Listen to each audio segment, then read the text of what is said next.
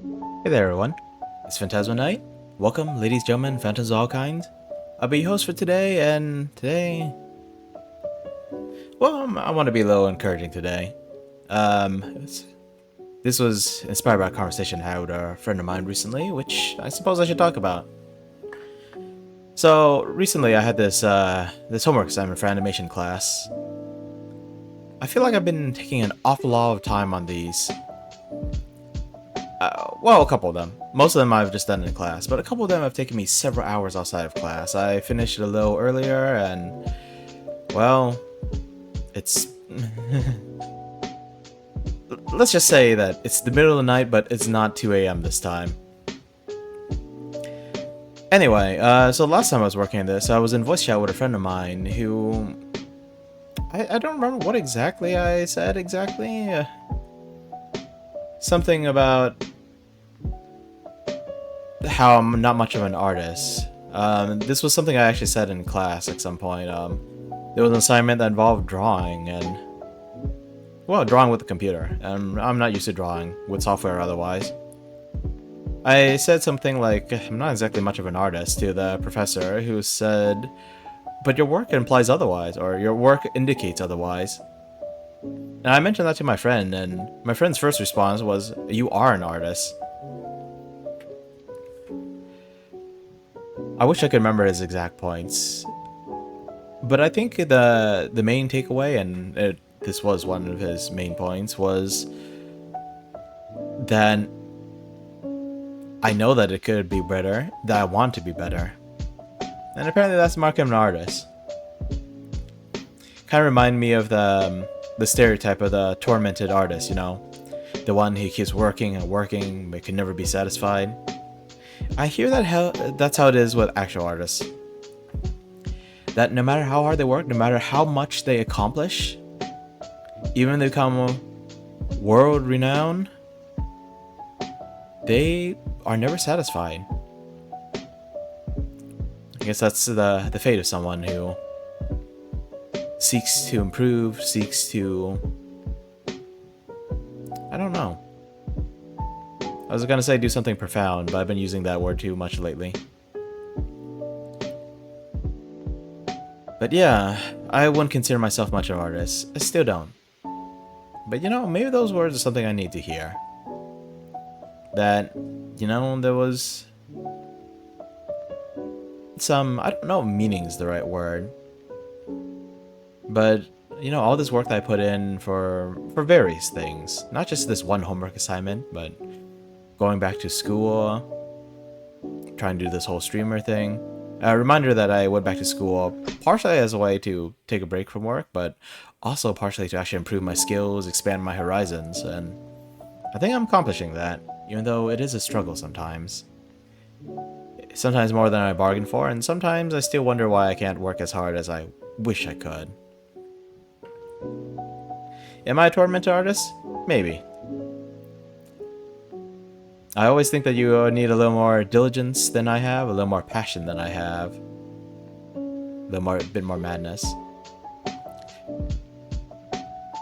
But I guess what I'm trying to say today is that I think my friend's words were correct. They were accurate. That at the end of the day, I am an artist. And I think there's some of you out there who also need to hear that.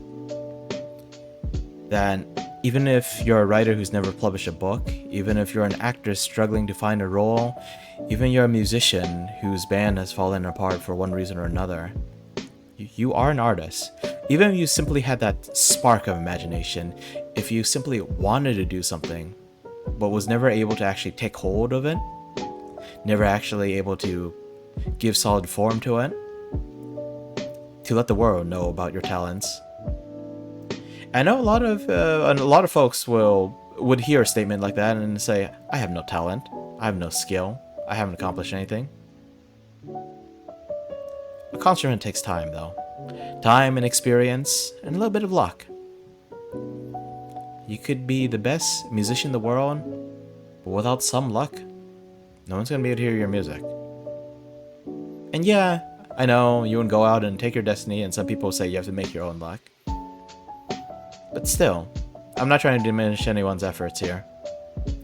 If anything, I'm trying to remind you that your efforts have worth. Without art, and I don't just mean like paintings and drawings, sketches, portraits, that kind of stuff, photography. I mean like anything that has artistic value. I mentioned acting, I mentioned music, I mentioned writing. If you've done anything creative, I think you've contributed to the world. Because without art, the world is... I can't even call it a machine. In a sense it is. In a sense, people are machines. But the phrase, food for thought? Well, I'm not trying to make anyone chew on any thoughts here.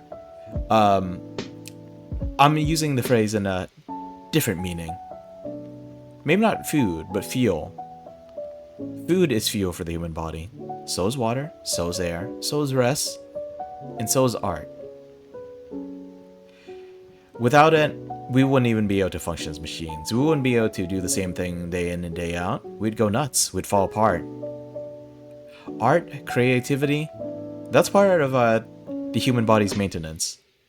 We all need it.